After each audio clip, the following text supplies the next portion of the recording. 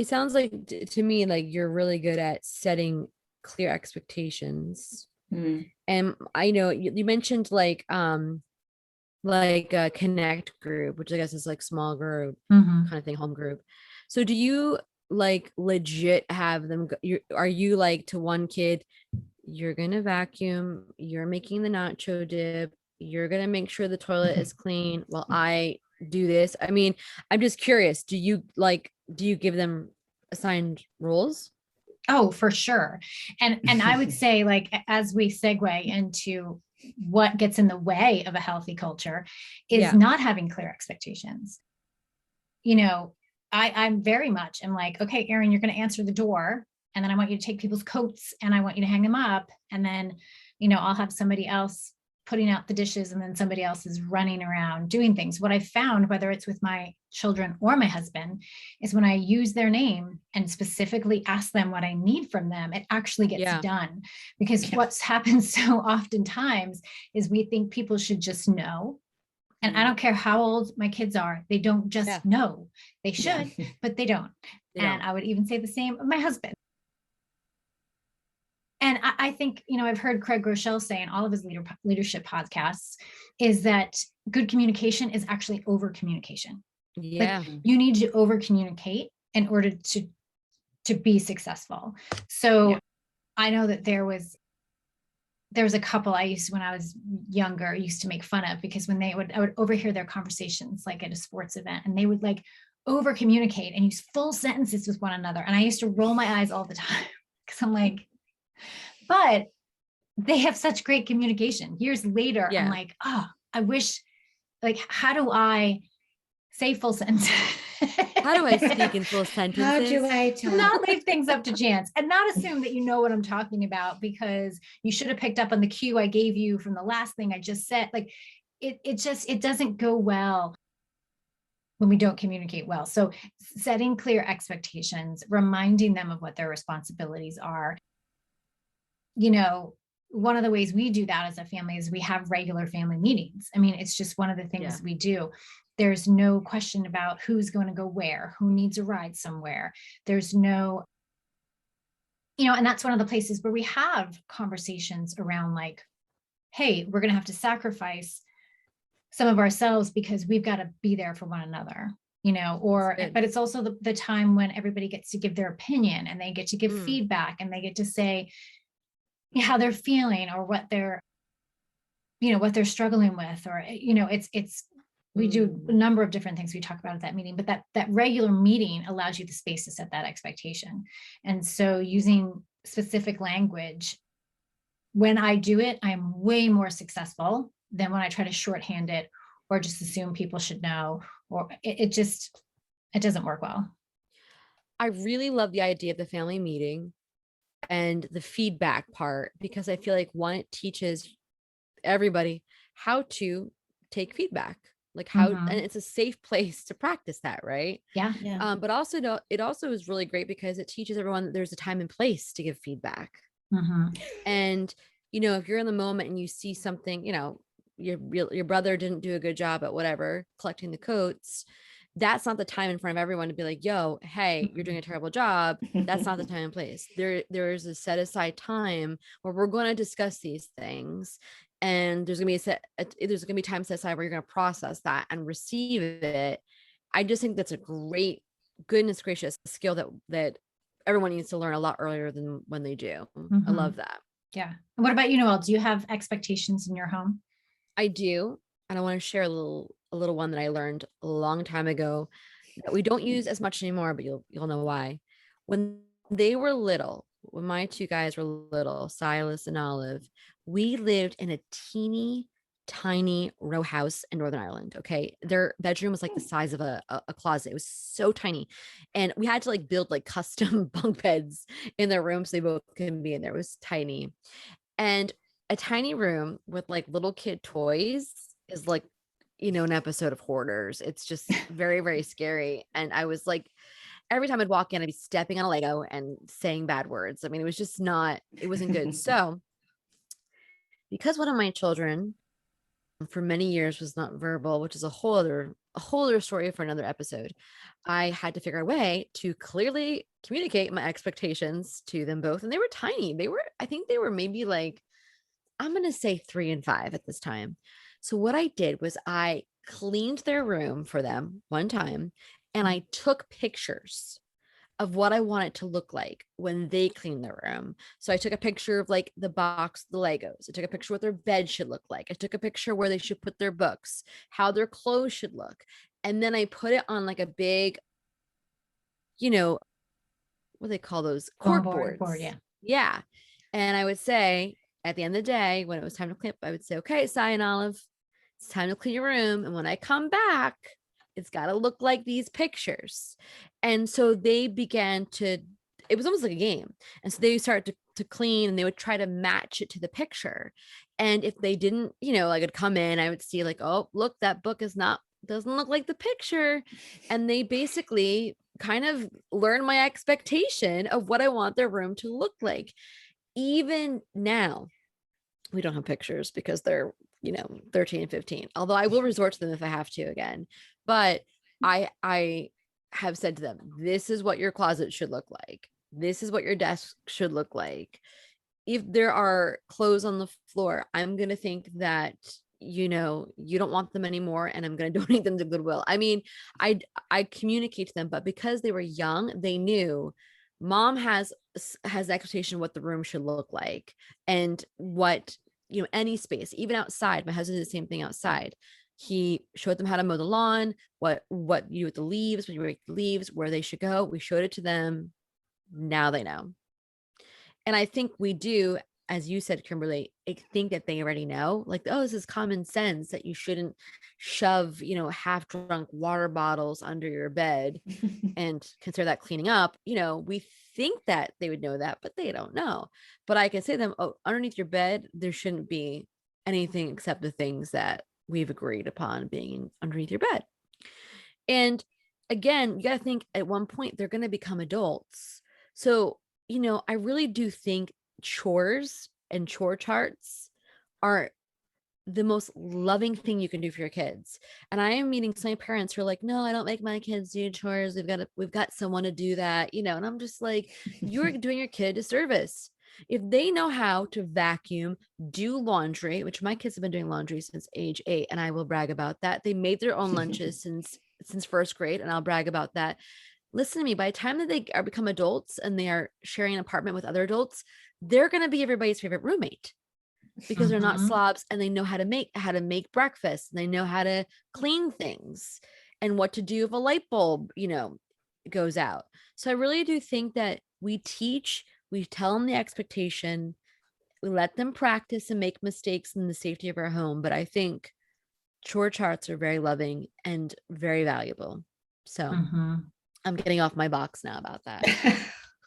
No, that's great. Yeah, I love that. I have been very inconsistent with chore charts. I have tried so many different things. We had like popsicle sticks with like different things written on them and a little thing that was stuck to the fridge, and like I kind of gave up, and I'm reinvigorated. Okay. Good. I'm going to send my kids to you when they're upset that they now have chores. But all of these things that we're talking about, so many of these things make me think about this idea that I really believe in, which is that the family is the first society that we're in. And so we've been given, or we've taken, however you want to look at it, this responsibility. The way I look at it is that, these children are God's, creation, and that I'm stewarding them. And one day they're going to be off into the world, the greater world. And so in the little family that we have, we can teach them these things. And you both said in different topics of like, this is where you prepare them to go out and be somebody other people want to be around too. Yeah. But I got to get on that chore thing. And also it's funny how we can have these expectations for ourselves and these ideals, and yet apply them inconsistently. And we're very good at setting expectations around discipline, like having the conversation and saying, like, this is what we do, this is what we don't do, and if you don't do it, this is what happens, and etc. But I'm just really grateful for this conversation. Call me a subscriber, because I need to apply. I need to remember that I know how to do some of these things and apply them. Yeah. Well, I will give you one tip for the chore charts. When we finally got our chore charts to stick, because my kids used to be a joke. Like they used to like, yeah, you know how you start something and then you never like follow through. And I've made a gazillion charts. And I'm like, yes, I remember that one. I remember that one.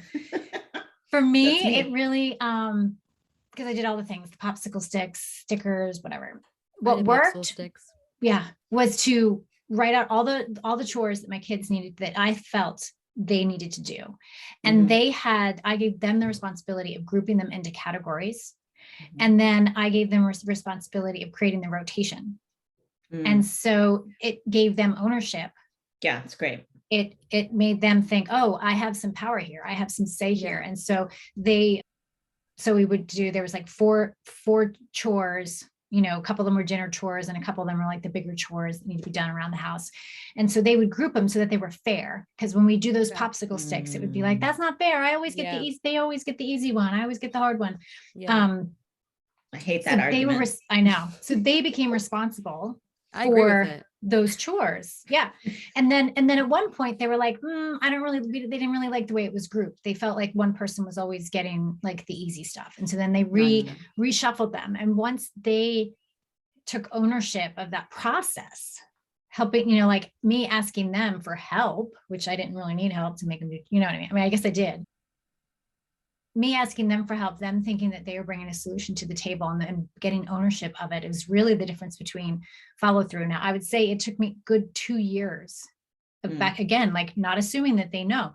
After dinner, chores, come back to chores, come back. No, you can't go to the bathroom. No, let's, you know, I had to stay on top of them probably for a good 2 years. And then I feel like one day I just turned around like, oh my gosh, they literally are getting up from the table and doing their chores without being asked.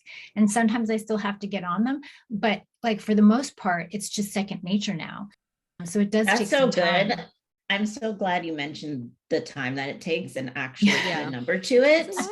Because I feel like so many moms will just abandon, and I've done it too, but like you just go, oh, it's not working, because you tried it once or twice and oh, it's not working. We do that with so many things, right?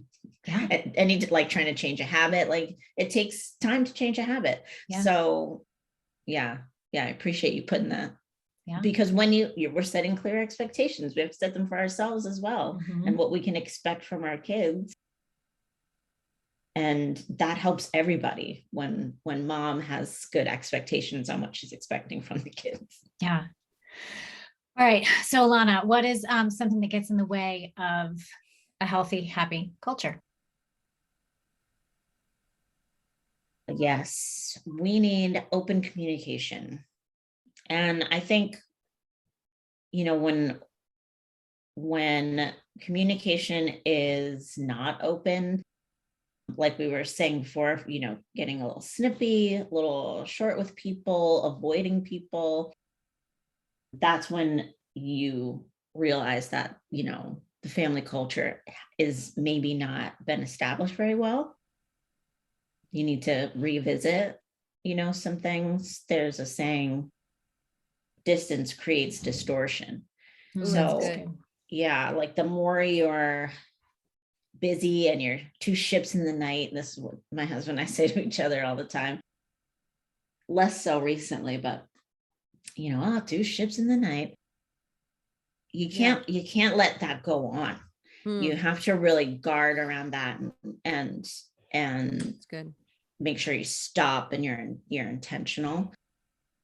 But teaching your kids, and of course modeling it to them, that active listening, where you're not just listening to respond, you're not just listening to correct, you know, you're not even just listening selectively just to try to jump in there when you think you've got something, good to say. That's good. But you're just listening and waiting, and silence is okay, and pausing is okay. And, kind of teaching them those kind of basic communication skills. But then going back to that, if you have that foundation of love and trust, you have the shared values and interests, your team Amici, your team Kuwabar, your team Rhodes, when things start to get a little off, it's safe to go, hey, we need to sit and talk. Yeah. We have under communicated and we need to over communicate. And so we get into this, like, they should know. Yeah. They should be picking up on my signals, or they should this or that. Right. And so we just got to like open that channel right back up, because if you don't have that, then all of those then you allow offense to creep in, really. And That's we good. can't, the Bible, that Jesus left no room for us having unforgiveness in our hearts. It's just unacceptable. So that's, we got to work on it. Yeah. I think that's everything you said just is so important. And I think even kind of talking about what we just spoke about, it takes time to get good at open communication. And so I think if you haven't been great at it in your family, now is the time to practice and give yourself the grace that it's going to be awkward. Yeah. Accept the awkwardness. Accept the awkwardness, push through, if you haven't been the kind of family, it's like, all right, everyone, we're going to sit down. We're going to talk about how we feel about this, and they're kind of like, what?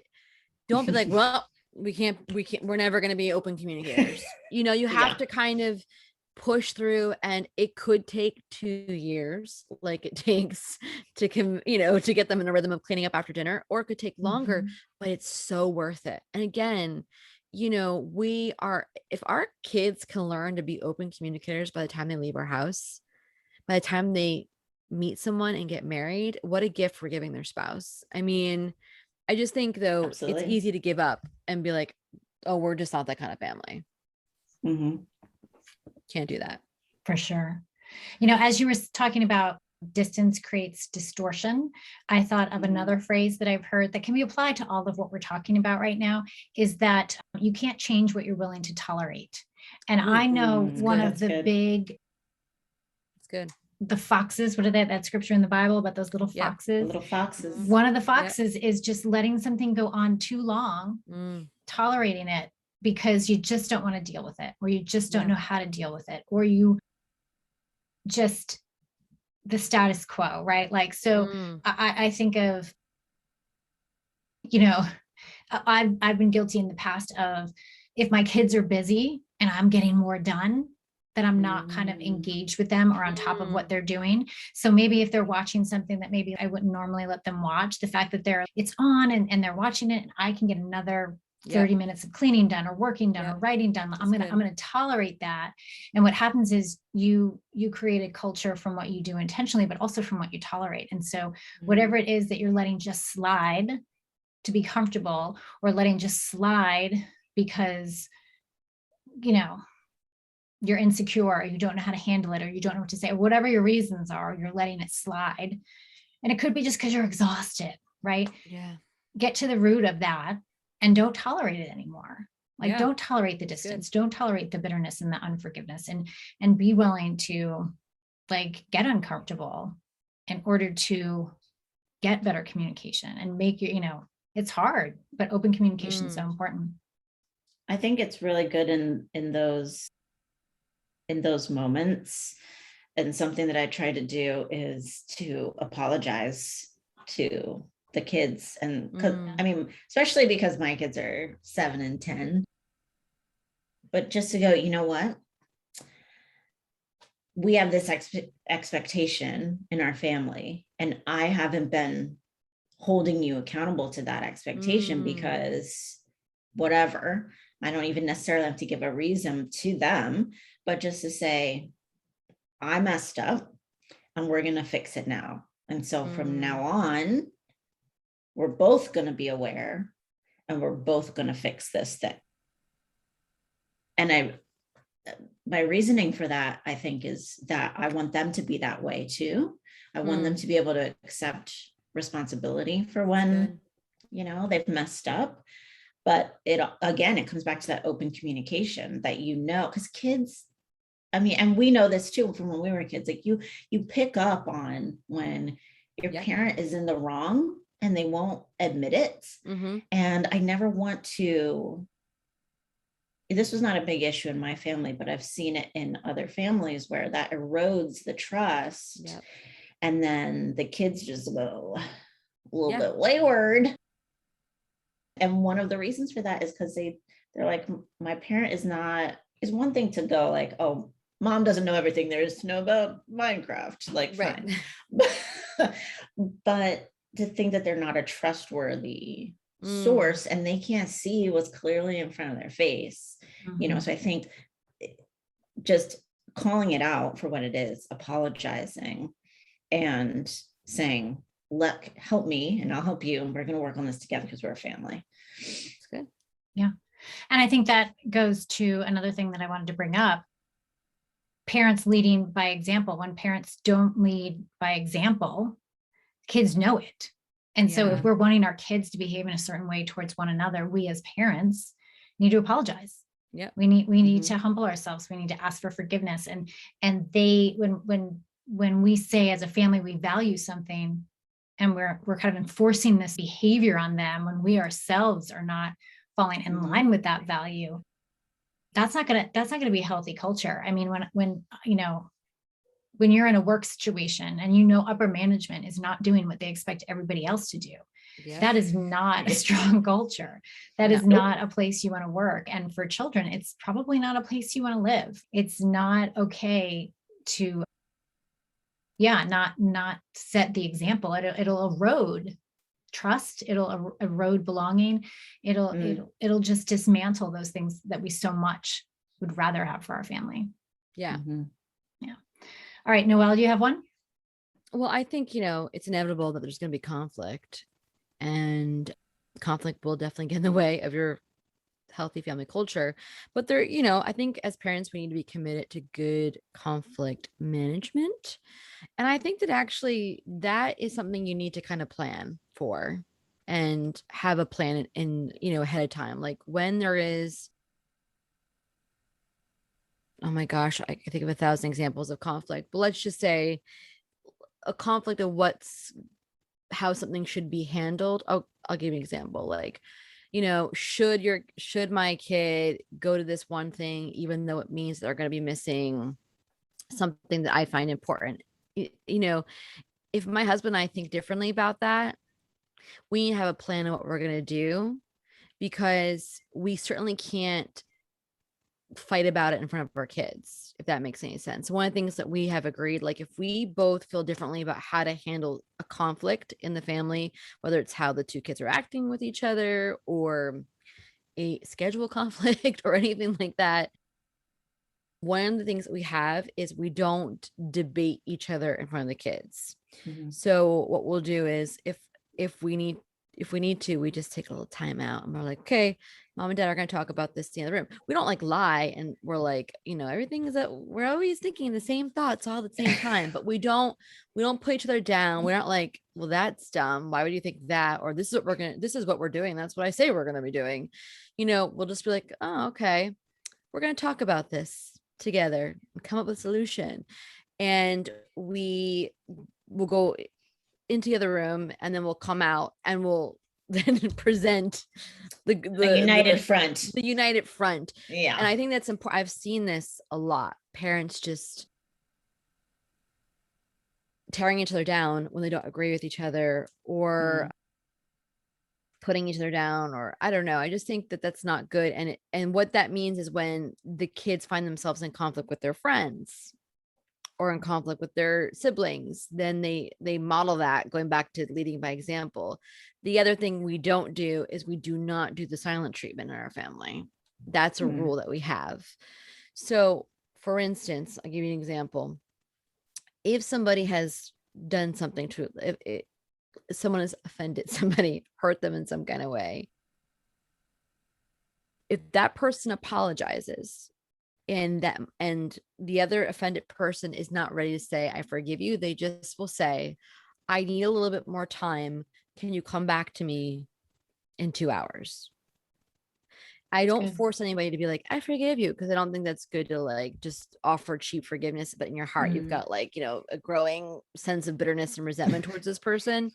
I think it's better to be, okay, we're fighting. I'm still a little mad at you. I'm still processing it. So even now, like if usually it's my daughter who's offended by my son, he, I don't know, farts in the car or something, and she's very offended by that. He'll be like, oh, I'm sorry, Olive. I've heard her be like, thank you for saying that. I'm still processing this.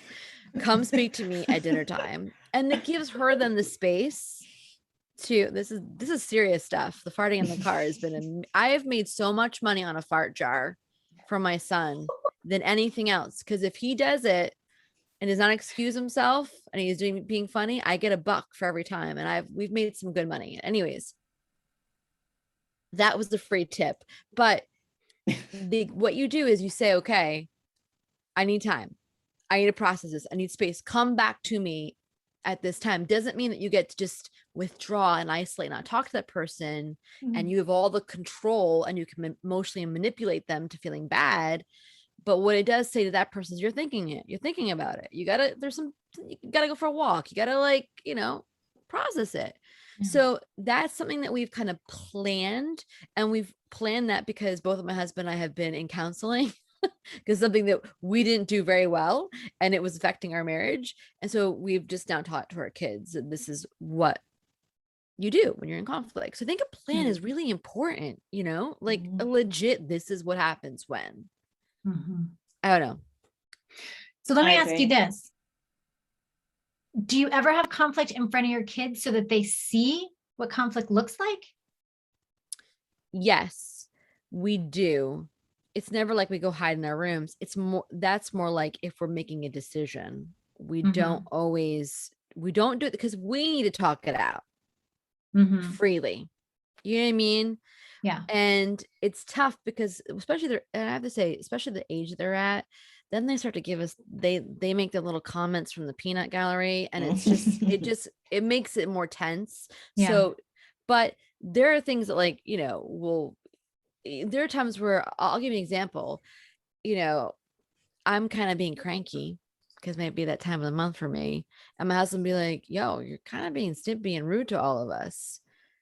He'll say that to me in front of the kids, like he'll be like, why are you not mean? Like, but he'll be like, why are you yelling at us? He won't be like, I'm coming to the room, I need to tell you something. It's more like decision things that there's a conflict about, Right. but Right. or if I'm like, there's tons of times we try, both of us tend to be very light and funny people anyways. So those little things we don't mind kind of like, working out, but the big stuff, it's tough when they're older because I feel like they want to have their 2 cents. And I think sometimes Yeah. we just need to kind of have a safe space so we could talk it out. And then we're like, and we'll even say like, I didn't agree with your dad, but he brought up this, this, and this, and I am backing this decision because of this, this, and this. And that was always very important to me, that I didn't just be like, we're doing this because your father says so. I want my kids to know that I'm thinking through things too. And I also want them to know that he gives me the space to have my own thoughts and bring my own perspective, because that's our culture. That's a value that we have. It's not just dad said so. And so we're going to blindly do whatever dad wants. Because guess what? Dad makes mistakes. He has bad days. Sometimes he doesn't have the knowledge or experience to make a good decision. And he'll say to me, what do you think? So I don't know. It's kind of a value I have, but we've learned that we need to like sometimes do it in our room first, so that if it does get a little messy, no permanent damage is done to the other folks in the house. Yeah. That's good. And I did want to give some encouragement if anybody's listening and they're like, well, it's good that you have a very mature partner, but I do not, who's willing to go in the other room.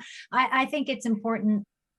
And what I'm learning to do is to model how I respond to conflict. Like, even if the other person that I'm in conflict with is not handling it the way I think they should be handling it, or handling it in a godly way, or they're triggered, I know that my kids are watching. And so I try to manage that conflict. And this isn't being like, a rug for somebody to step on. Like, I'm not what do they call it? Like, placemat or what? Doormat. Yeah. This is me doing my best, and I don't always get it right, to respond in a godly way, but showing them this is how they can respond in conflict when they're dealing with somebody who's saying things. How do I respond? And, and this isn't one-sided. Has my husband respond to me when I'm being unreasonable? And yes, there are things that we've done behind closed doors, but, like, we got into a big discussion when we were driving my daughter down to college. It's like a 14-hour trip, and we're like 4 hours in, and we got into this big discussion. And when I told my friend the story, she's like, "You talked about that in front of your kids?" And I'm like, well, they actually got to see the entire process of us resolving this conflict. Like, they really did. And what was so interesting is that we got to the hotel room that night, and, we're 5 of us in a hotel room. My 2 girls share a bed. My son's got a cot. Me and my husband are in one bed. It's a tiny, tiny room. And we woke up the next morning, and my son goes, "I saw you and Dad snuggling last night." I mean, we were literally just snuggling. No, we were, it wasn't a code word for anything. And I was like, yeah. I said, well, me and Daddy really connected yesterday in the car. He's like, yeah, I know. Like, he saw the connection between our affection for one another, and that wrestling that we did in our conversation, and trying to, like, see the other's point of view, and trying to be heard ourselves, and then and apologizing to each other, and then getting back. Like, they got to see all of that.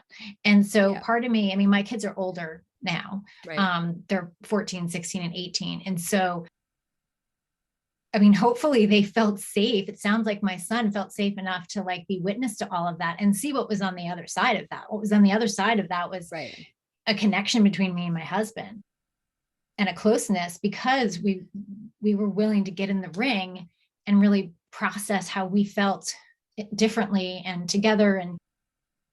And so, I am aware of how am I modeling conflict resolution when my partner maybe isn't following the rules. That's what I'm saying. So anybody out there who's like, I don't have a spouse that's, says the right things and does the right things and wants to go in another room to have a conversation, we can find ways to model godly conflict resolution, return anger with a soft answer, all of these other techniques that we can use. To add to that, my husband and I are total opposites in almost every way. We somehow managed to have some shared values. But it's just kind of funny. I mean, we met when we were 18. And over the years, we've done different personality tests, and every time they come back like, do not marry this person. Like, run away. And there's always like, well, if you had to, you could make it work if you did this, but we don't recommend it. We're like, oh, great. So that kind of the clash of preferences happens a lot with us. And one thing that I think it's built and been good for our kids is just a sense of individuality. We resolve a lot of things by going, well, that's how I think about things, but this is how Daddy thinks about things. And we can still come together and come to a conclusion and make a decision because we defer to each other. We love each other. We have that. We love Jesus more than, if the bread's supposed to be in the fridge or on the counter or whatever. And, more serious issues. It should be in the fridge, just so you know. Bread? Yeah. Did you say bread should be on the counter or the fridge? The fridge.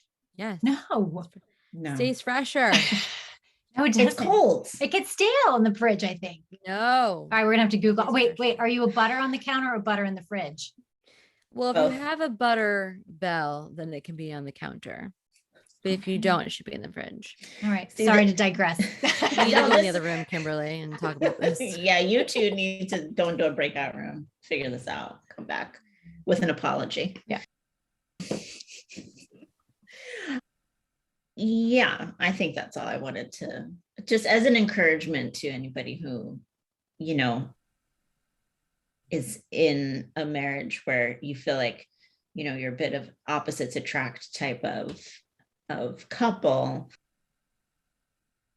It's actually really good for your kids to see that you're different and they can have their own opinions too. But when it comes down to decision time, obviously you need to kind of have that plan, right?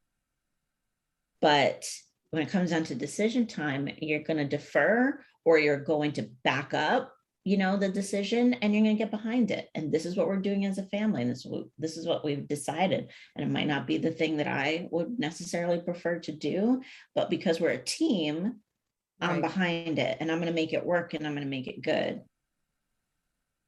But it can also make your kids think that whatever their preference is good all the time. So buyer beware on that one. Yeah. I think the key is to just be in agreement of how you're going to handle any conflict, whether it's going to be, we're going to have it out in front of the kids and we're both comfortable with that. And we think they can handle it. Or it's going to be, we're going to take a time out and go in the room and then come back. Or it's going to be, we're going to have a big fight. Whatever it is, everyone's got to be told the plan, because the worst thing is if someone doesn't feel like they can be heard, if someone feels like they are being misunderstood in conflict, like when there's a plan in place, and everybody needs aware of it. It doesn't really matter what the plan is. It just gives the framework of how we're dealing with conflict, and you're going to get to the resolution a lot faster if there is rules of engagement. So Yes, it's going to look different for every family. Rules of engagement. Another thing that can get in the way is just not having fun together, which we kind of touched on. So I won't go into too much, but I do think like little traditions, things that can be counted on, silly stuff, being silly in front of your kids. I think that's something you might, if you're not someone who's silly, I would encourage you to just practice it every once in a while, you know. Silly little thing that we do in our family is everybody's got their own playlist on Spotify, and it's like they're hype pump it up playlist. So like if, you know, one kid's going to play a sport, that's what we play their playlist, and we sing all their songs at the top of our lungs. You know, I've got mine. I've got a lot of depressing music on mine and they complain, but we all have our playlist, and it's silly, but it's fun. And so I think, you know, sometimes we get sucked into that like myth that if you want to have fun together, you got to spend money. And I don't think that's true. The kind of the most fun stuff is just being silly, letting loose, having little quirky traditions that just your family does. And, you know, and as you said, Kimberly, putting it on the calendar. Like we're going to, one of the things we're doing tomorrow night actually is I'm teaching my kids how to play the board game Settlers of Catan. Has anyone ever played that game? Some people say Catan. I say Catan because I'm from Jersey. And they haven't played this game. This game, side note, my brother and I got into such a fight over it 20 years ago. No, 15 years ago. As You're still talking about it. As grown adults, we did not speak to each other for like 3 weeks. My father had to intervene. He wanted us to take the game out of the house because he felt like it had a demonic presence. It does not. It's not that kind of game. So we still call it Settlers of Satan. No, but it can bring out the worst in people, but it's a lot of fun. So my kids are going to learn how to play it tomorrow. And it's just silly things like that. You know, I just think gotta have fun. You know, it's not all about it's not all about what they do as far as sports and SATs and birthday parties. And like, you've got to have fun with your kids too. So find what it is and just start doing it. And do something until it clicks and you're like, oh yeah, we all like this. Let's do this again. You know? Yeah, it's good. Yeah, again, you have to try it out and you have to be patient. It might take some time to figure that out and just be patient with it. It's worth it. Yeah. So I'm just going to wrap up with a myth that I believe, and I think we've touched on it, but I just want to reiterate that, having a healthy, happy family is not about everyone being the same or sameness. It's more about respecting one another, sharing the values, but respecting each other's interests, respecting each other's talents, even encouraging one another in their individual strengths, and so that they know that they're valued for what they bring to a table. Again, going back to this idea of culture in an organization, everyone has a part to play. If you had everybody do the same job, you'd never meet your objectives, right? So everyone has a part to play. And so I don't want listeners to confuse this and be like, well, you guys have families that they're all the same. It would never work in my family because they're so different, right? You can be different and still have a cohesive home. You could still enjoy spending time together. You could still, have a pattern of activities that creates belonging. It has, don't be deterred by having individual personalities, individual interests, and individual strengths. It's great. Amen. All right. Yeah. All right. Well, this was an awesome conversation. I totally learned a lot, especially about conflict resolution. Yeah. So thank you for this, guys. I really appreciated it. Thank you. This was great. I also learned a lot.